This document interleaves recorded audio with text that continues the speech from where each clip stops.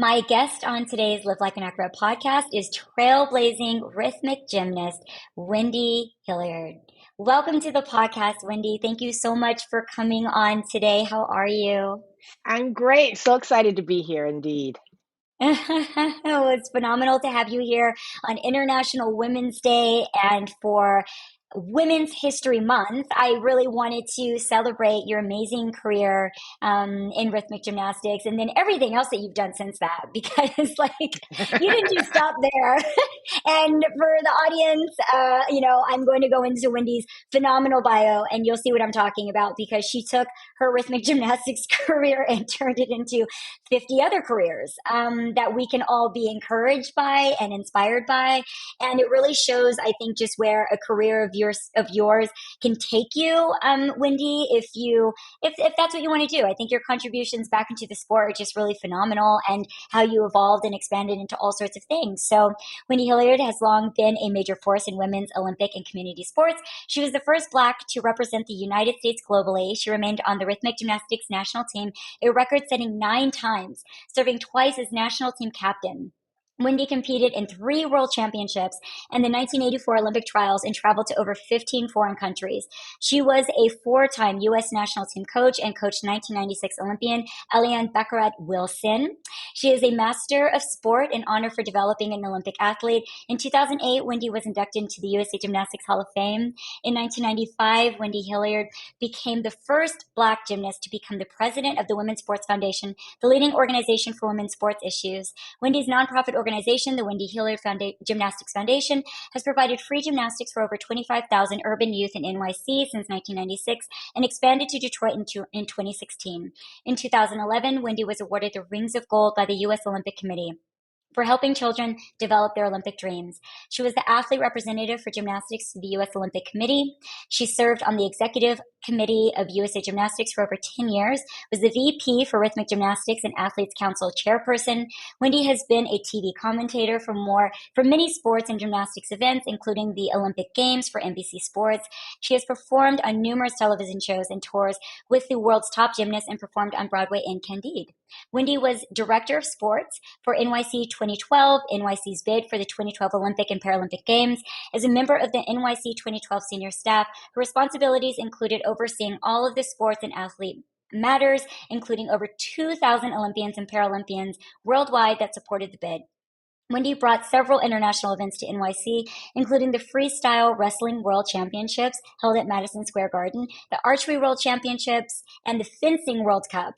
She led the development of the NYC Triathlon, which is now a sold-out annual event. In 2006, she designed, programmed, and directed the Gymnastics and Rock Climbing Center for Aviator Sports and Recreation, a multi-million-dollar multi-sport complex in Brooklyn, New York. Wendy currently serves on the Armory Foundation Board, Power Play NYC Advisory Boards, and Black Women in Sports. She was a founding member of the Sports and Arts in Schools Foundation, now New York Edge, Women in Sports and Events Wise, and Antigravity, an international performance company. I love Antigravity. Wendy resides in Harlem with her husband, Robert Mensah, and sons Kennedy, who is a junior at Howard, and Bailey, who is a freshman at Bowie State. Wendy studied Russian, so did I, and physical education at Wayne State University and graduated from New York University with honors. Like, woo, my goodness. Yeah, I was a little busy. And you've been a little bit busy. I mean, you've had your family, you've had a billion different careers. You were part of Antigravity, which the first time I saw Antigravity, Wendy, it just changed my whole world. Like I could not, it gave me everything I needed in terms of like, cool. Yeah, wanting to be a performer, and everyone's like, you have to see this show. This company is so phenomenal. And I get really excited when Antigravity pops up in people's bios, because for those that don't know what Antigravity is, please look it up on YouTube. Yep. And, look up like the later works. And I'm not exactly sure where Antigravity stands right now and, in present day times. But if there is present day Antigravity in that way too, like go and see a show. Yeah, definitely. Yeah, they're hanging out. They have a setup in Orlando now, so that's where a lot of the performances go on. Mm-hmm. Wow. Well, Wendy, you have been honoring Black gymnasts for how many years now? And it's because of you that gymnasts like me, were able to get the recognition that we do now within USA Gymnastics and, just within, being a Black athlete and, trailblazers or breaking barriers. So many of us too were the first Americans to do the things that we did with the gymnastics too, which I think is also really special. And so because of your foundation, so many people have like found me and discovered my career Oh, and, that's so nice. being an acrobatic gymnast, like forgetting my words. Sometimes you say it so many times you forget what you are. And they've changed the name of my sport so many times. I have to That's tell true. listeners that too. They change it so many times without me even knowing. And then I'm talking to people and I'm like, well, what is that new name now? I thought we were calling it this. And they're like, no, Right. Yeah. now we Yeah. call it. I think we're like the only sport that the name keeps changing. I Yeah, think so. they changed rhythmic. It was rhythmic sportive gymnastics at one time, and it's different in European languages. But I get you because when I grew up, we had sports acrobatics in our gym at the time, right? And they Yes. do change your name a lot. Yes. And when I grew up too, it started out as sports acro. It did not last as sports acro for that long after I got out of it, but sports acro is still what I go back to. And sometimes people give me like a little wink and a nod and they say sports acro to me. And like, I know what sports acro means. Okay. Like I also get it, but you've also been very busy, Wendy. You've been making your rounds on local news networks and they've been interviewing Mm, you about all of the beautiful work that you've done, and bringing, gymnastics to so many different communities. And again, how precious that is because gymnastics is not an easy sport. It's expensive. It takes a whole yeah, village to keep you in it. And I mean, it definitely took that's true. that for myself. I know it probably did for you and for every single other gymnast that I know that did anything in gymnastics beyond wanting to do it, I think like maybe like recreationally. And the benefits of it, of course, being recreational are phenomenal. So I love listening to your interviews recently and seeing and listening about your life and how you got your start. And there were so many things in your career that were very, like, I think kismet, especially with the Hmm. coaches that you got access to at that time, which is kind of crazy, in the 80s and doing rhythmic gymnastics at that time too. And, getting Eastern European coaches. I was fortunate. I had that same thing too at the time. I mean, it was very, very rare. So, could you go, Wendy, a little bit into, what got you into the sport of rhythmic gymnast and then kind of what set you on your trajectory to become this like very recognized rhythmic gymnast and being a trailblazer as the first Black athlete to represent, gymnastics on an international level, which is huge. And then kind of how you navigated that very unique time of competing because I mean rhythmic is I think very specific anyway. Yeah, Like yeah, it's it even is. specific now. And back then I mean, it's just even more, I mean, for me, daunting in that way to imagine your journey at that time too. Really, it does. Now, well, Yeah. thank you. No, it's really interesting. So I got into gymnastics, watching it on TV, seeing gymnastics, and in Detroit. So I grew up in Detroit, and Detroit really didn't have much gymnastics in the city. Like there was a YMCA, and so I joined a tumbling team. So, you do what you got to do. So I learned to tumble first. And then I wanted to do all around gymnastics or artistic gymnastics. So we had to go out to the suburbs. So I went out to the suburbs and I did gymnastics. And then at one club, it was the Jewish Community Center, they had these coaches that were from Ukraine. It just come really, they had been here for maybe 6 months or something like that. And my mother was like, I don't like having to drive out to the suburbs and it costs so much because I think it was going to be like $500 for the year. My mother's like, she's like, this is too expensive. Da, da, da, da. So For she the called the year. Detroit for the year, right? So she called the Detroit Recreation Department. And so it happened that the head of it, Leanne Atchison, was a former boxer. And so she said, why don't you hire them for the recreation department? So they did. So they hired Zina and Vladimir Marinov. They're doctors, Dr. Zina and Vladimir Marinov. And then they brought two other coaches, Mike, who was our sports acro coach, and Zina Rosa, who was Zina's sister. So we had these four Ukrainian coaches. They're from Kiev actually, teaching in the recreation department in Detroit. So it didn't really cost us anything. It cost us like $20 a year to take classes. And the thing that was great was very interesting. So the thing is, we didn't know what we were doing. So we just followed along with what they said to do, right? They would do it like this. We're like, okay. And the thing is that if you wanted to be part of the team, you had to kind of follow along too. So the discipline, like the coaches, it wasn't about who paid to be able to do it. It's like who was going to do their regimen of coaching.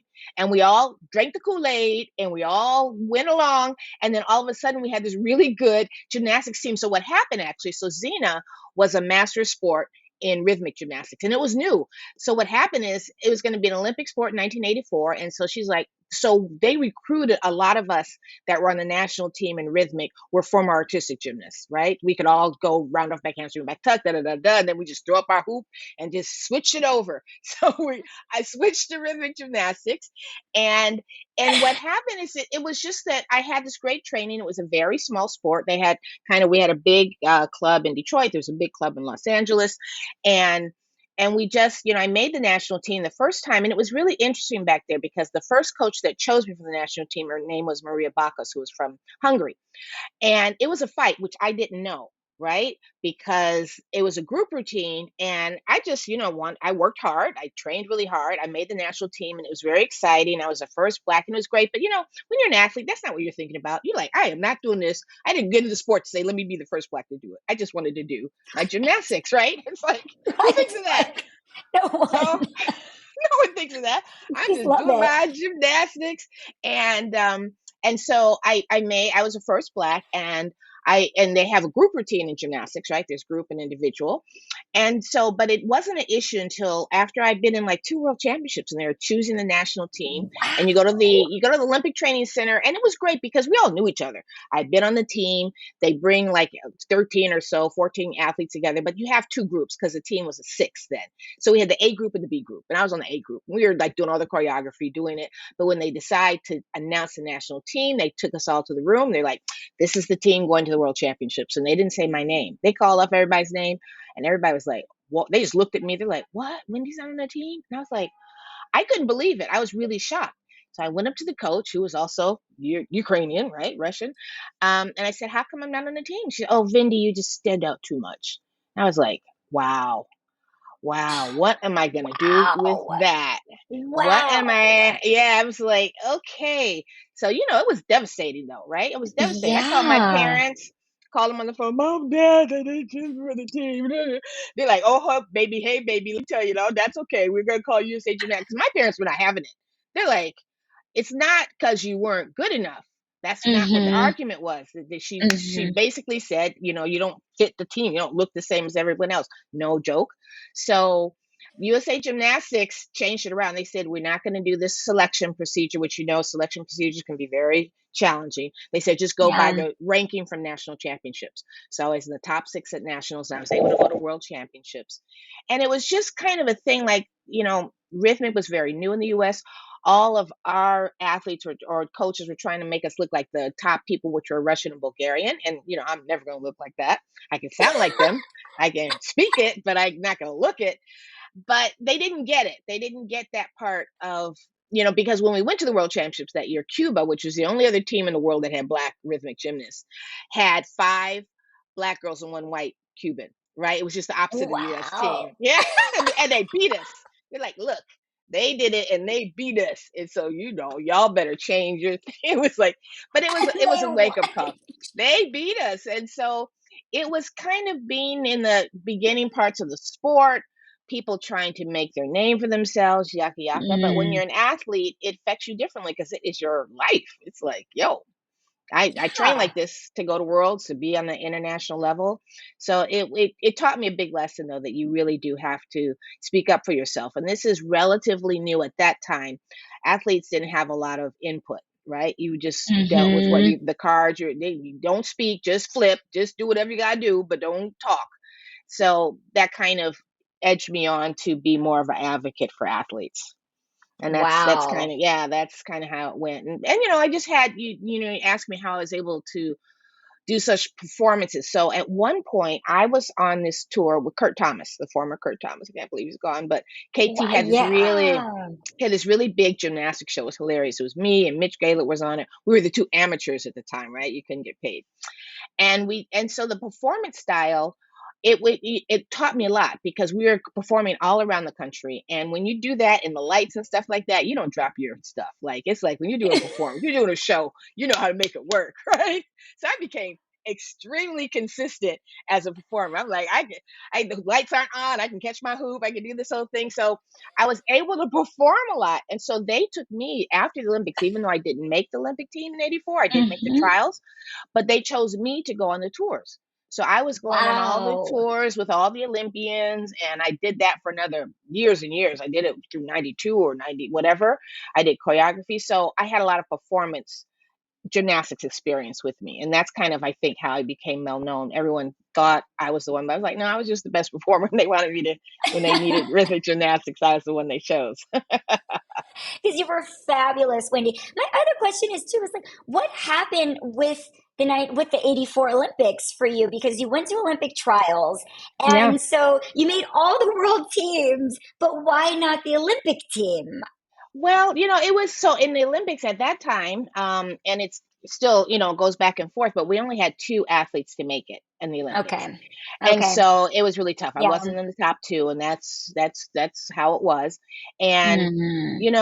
but it for me, that's the big goal, but there are two spaces. I mean, just having two at all was Yeah. really tough.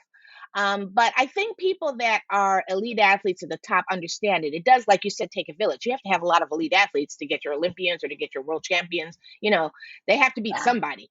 And so everybody up there is everybody's good, but if you're the best that day or something like that, you know how that works. And I think people that aren't athletes don't understand that, but athletes get it, right? If you've been Yeah. on the high level, this is how it works. But I didn't make the team, and that was okay for me. I did my best. Mhm. I kept competing. I tried to make the team in '88. That was another story. It's like, rhythmic. People have to understand in any sport that's judged, it's so close sometimes. It's just so. I mean, I missed the Olympic trials for 1988 by point oh 0.01.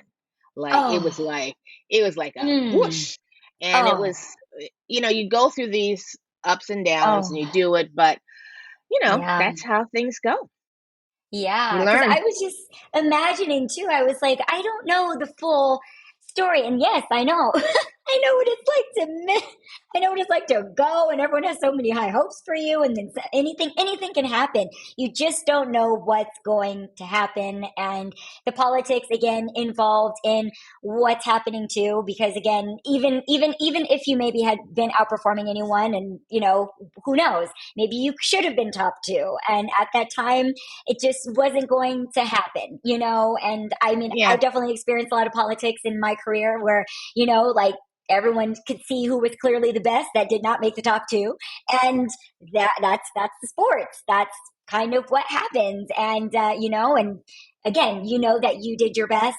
And, just like the class that you were in was just so phenomenal at that time and even now. And even like with Rhythmic, and then you went on to coach an Olympian in Mm, rhythmic gymnastics? How did you come into that? I mean, most people would just, I mean, dream of having the career that you had as a rhythmic gymnast and then to go mhm. and coach to go to the Olympics. So you did get your dream because it also too in Yeah. other ways. And I don't know, again, some people say the Olympics wasn't even their dream or they're totally fine. They didn't have it. The Olympics was never even a part of my dream because acrobatic gymnastics was never Olympic and still isn't. You know how salty we are around that. And that's the Yep. other thing. Whenever you've spoken to me and highlighting acro, I've always felt very centered and special because you've spoken about acro in such a beautiful, prolific way and like really centered the sport. But again, for me, it was never a goal because it was never something that we could do, and world had to be it because that was all that we had. And even now, it doesn't necessarily feel like I missed out on anything because that was part of the journey. But how did you come into coaching in that way, and what was your journey in bringing an athlete to the Olympics, which is I mean, my coaches always say, you think your job is hard being the athlete Oof. trying to go. Imagine these, they're always like, being your coach is completely different and way harder than being the athlete that needs to be able to be coached to go there. So, yeah. Yeah, no, coaching was definitely tough. So I did it when I moved to New York. So I left Detroit and I moved to New York and I was training in New York. I was still performing. I was taking ballet like crazy. I was taking ballet with like all the top ballet dancers. But to make money, to live in New York, I had to be doing something. I could be a waiter, which I couldn't be, but I taught gymnastics. And so I had been coaching all along because Rhythmic was so new. We were always having to promote it and teach it. And I was at the United Nations School. And so I had an elite athlete before Aliane, Naomi Hewitt Couturier, who was fabulous. And she almost made the 1992 Olympic team. Like she was like number 2 in 91. But it was this Mm, whole situation with the parents. It was one of these things that was so hard. It's hard. It is true. Being the coach, because you got to be there at the same time. I never forget. I was living in New York, and one time I was going to coach my athletes like 6 o'clock in the morning, and one of my friends was coming home from the apartment building from the disco, and I'm like getting out of a cab to go out to coach. I was like, this doesn't seem like what a young person should be doing, but here I am going to coach these athletes at 6 o'clock in the morning. And remember, I had been an elite athlete for 10 years before that. So doing this, it's hard because you have to put in the time and you have a lot of control, but you don't have fully control, right? You don't have full hmm control.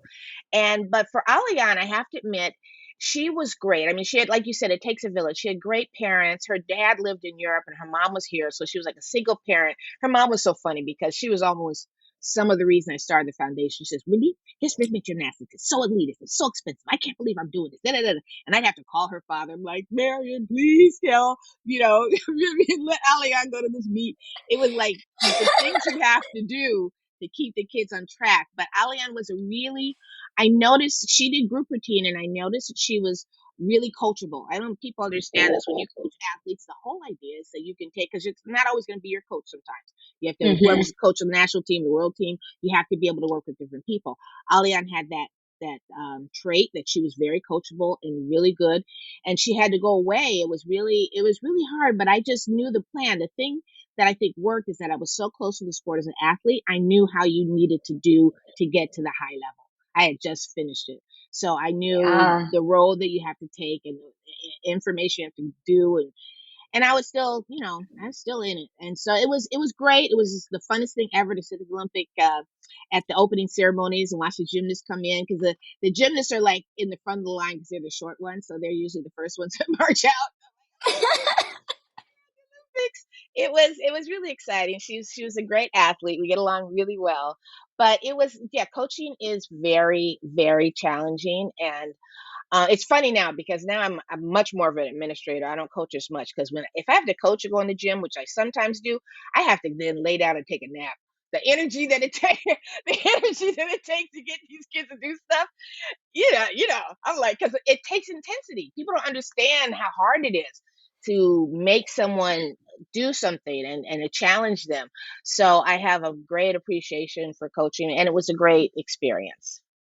Oh my gosh. I have so much respect for you, Wendy, in being an athlete and then going Mm, and training the athletes on that level because my, what my coaches had to do, yeah, what they wanted me to do, I still say I don't know how. And especially my last coach, that coached me to to my world titles, he was, Yuri had a vocabulary of like 10 English words and, trying to communicate these acro yes. skills with 10 words, this man and the level of frustration that we would put him and what he was able to get out of us. I always tell him, I just don't know how you did it. He would always say, you do not know how heavy my heart is in trying to coach you Mm, all because he's like, you're like my kids and I want the best for you and I can't not give you the best.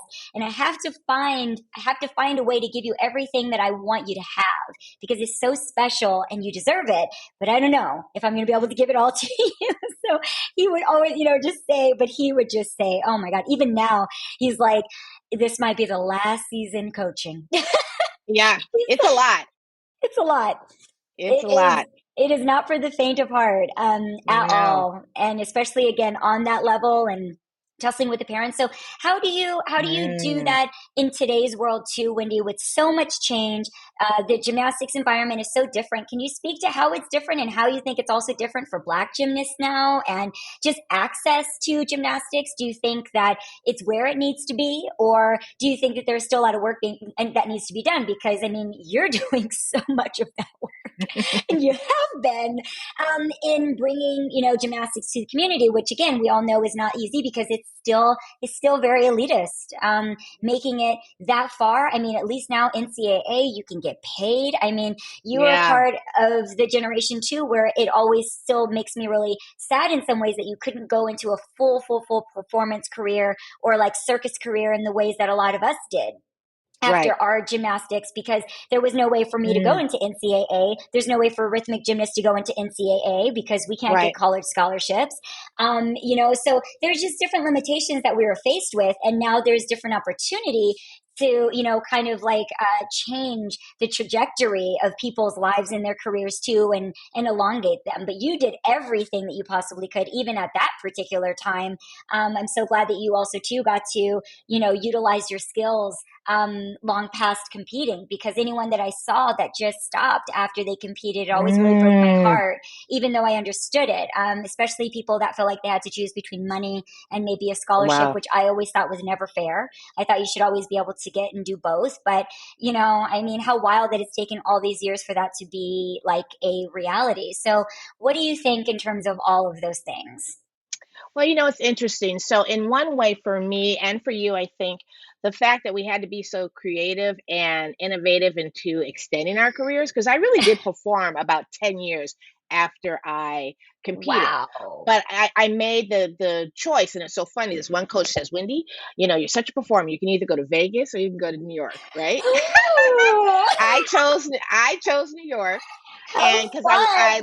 it was funny. I love it. New York is not an easy gig. Let's put it that way. It's just it's a No. hustle, but we Yeah. were able to, like you said, through Antigravity. So Christopher Harrison, Andrew Pacho, they founded Antigravity, and I was one of the founding members. But it was pretty funny. So we were able to do, like, a lot of the people at the time flipping on Broadway were former gymnasts. So we kind of all got together and started. We went to Sutton Gym and we rehearsed these things. That's kind of how it started. All these gymnasts were in New York, and we decided to do performances of gymnastics. And it was really my role. It was pretty funny. So my role was with all these gymnasts, they were doing all this flipping, so they could take a break. They're like, Wendy, go out there with the ribbon for 30 seconds so we can breathe. It's like, they flip, and Wendy goes out there, woo! They're like, and then they're doing their thing. But the reason why it also worked is because I could flip, right? You have to be able, when you do choreography, a string of back handsprings, this aerial, blah, blah, blah. So I had the skills to do both. And then, so I had to be really creative to have a performance career. And I did a lot of TV shows. I did TV shows with skaters and the top gymnasts. So it was really fun. It was just a hustle, and you had to make it work. We had to create our own opportunities. But for now, for gymnastics, it's so interesting. Yeah, a lot of it has changed. NC2A is great. I mean, sure, the athletes should get paid. I mean, come on, come on. Everybody's making money except for the athletes who could lose their scholarship. I'm like, this is not right. So I'm glad they cleaned that up. Really, I'm glad they cleaned that up. And then, but the access to gymnastics is still very tough because mainly it's the cost, Hmm. right? It's usually Hmm. also in suburban areas. So I was able to Hmm. start my foundation because it was my experience. I learned high quality gymnastics from very good coaches in the recreation department that we could just get to.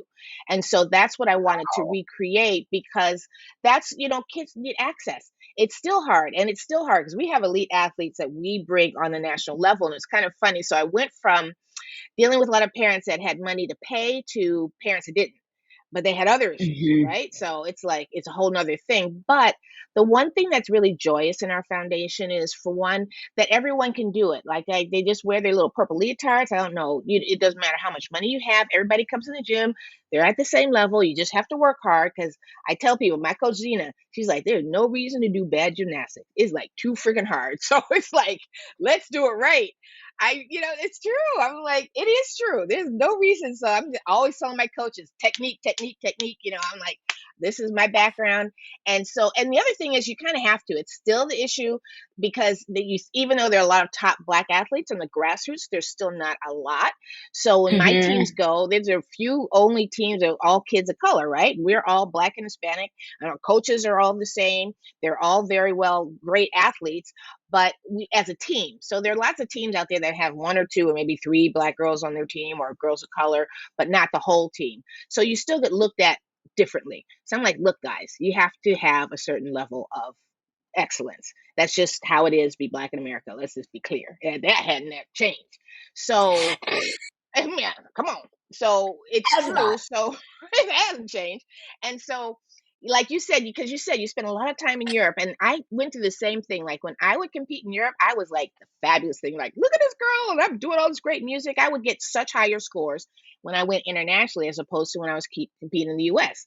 I was Yes. like, yeah. So you know how that story is. So the thing is, people that have been in it know it. They know how this story goes. So gymnastics on the grassroots level still needs to have much more access. It's not in urban areas. That's really why I come in, because the kids are so grateful to have it. And the difference from my kids that I'm serving is that I'm not competing with a gazillion other activities that they're doing, right? Because Hmm. they have gymnastics. They love doing gymnastics. Now they got role models. Gabby Douglas out there, Simone Biles, Jordan Childs, Shiley's, Tiffany. They see people doing it, so there's much more attraction to do it.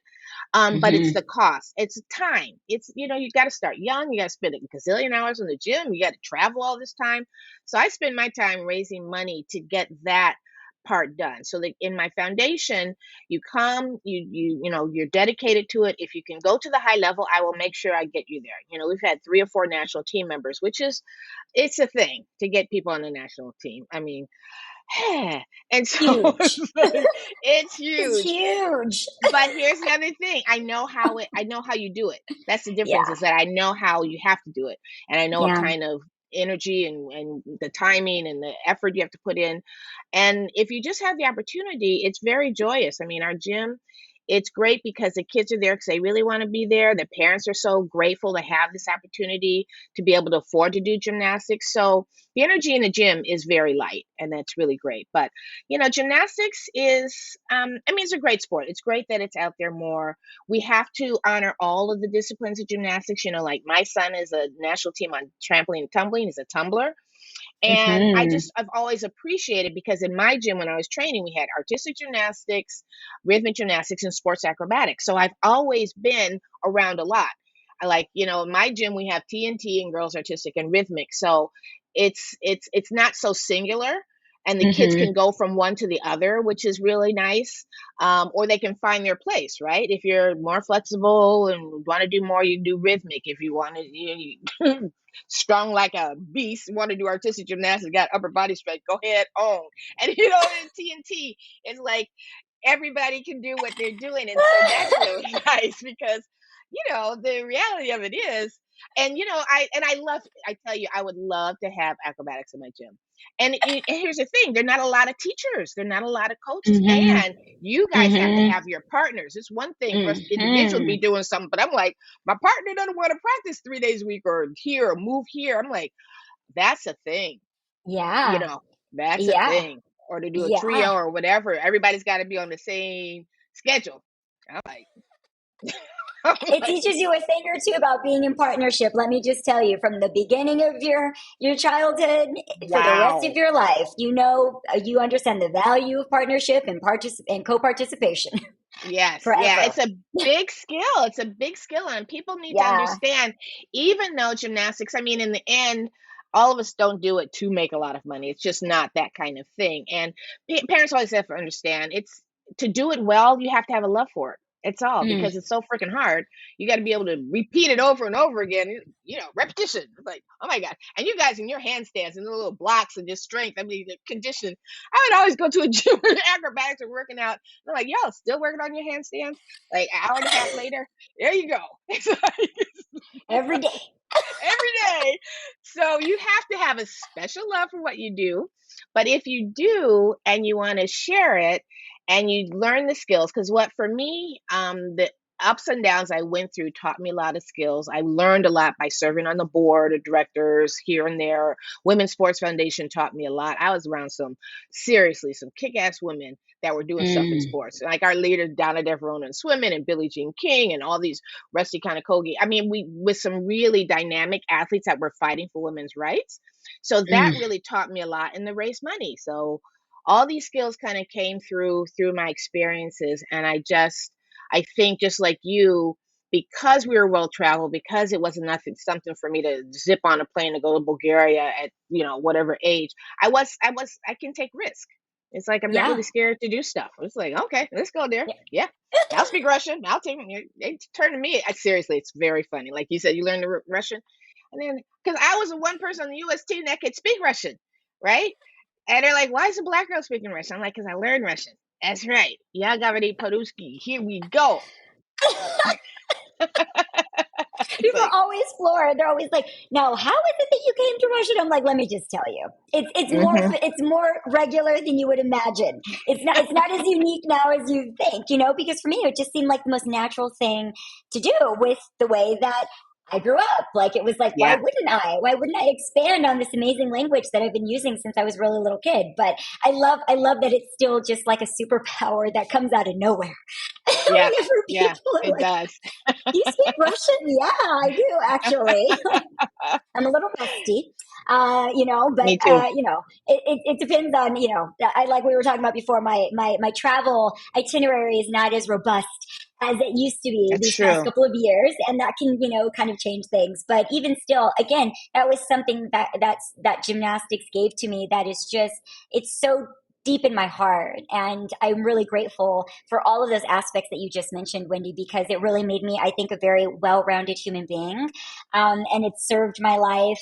It continues to serve it Yep, in all it of those does. special skills, in all of those special ways. Wendy, what would you like to leave us with here on International Women's Day for the sport of gymnastics, or the gift of what gymnastics brings? You were just speaking about that so eloquently.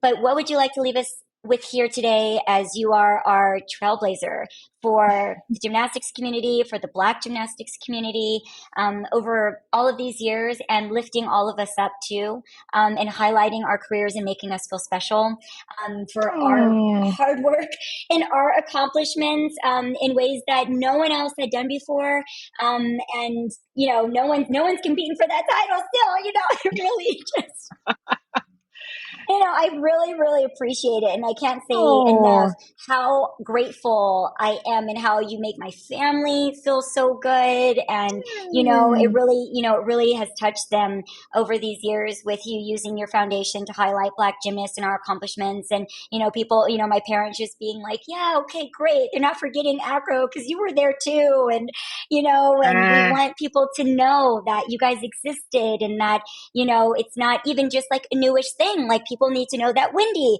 existed in the yeah, 80s, and, you were yeah, on multiple world teams, and, and went on Olympic tours and all of those things, and, went into performance and all of that. So just reminding people too that we were doing it in different ways, in our own ways, prior to even now, which we see so much around us, but yeah. that there were others that worked very hard, and made their way, in these very difficult sports that we were involved in. Because again, they're not for the faint of heart. So thank you for closing out the show, Wendy, for how we can, celebrate International Women's Day together. Oh, yes. No, it is true. I mean, in Women's Day, I think of my mom. I've come from a family of four girls, so it's women everywhere, but also my coach, Sina. She, you know how coaches have such an impact on you. And being in a female sport, I think also helped. I was used to bringing around strong women who, wild coaches, they were intense. I was like, okay, women, let's go. So I knew how that worked.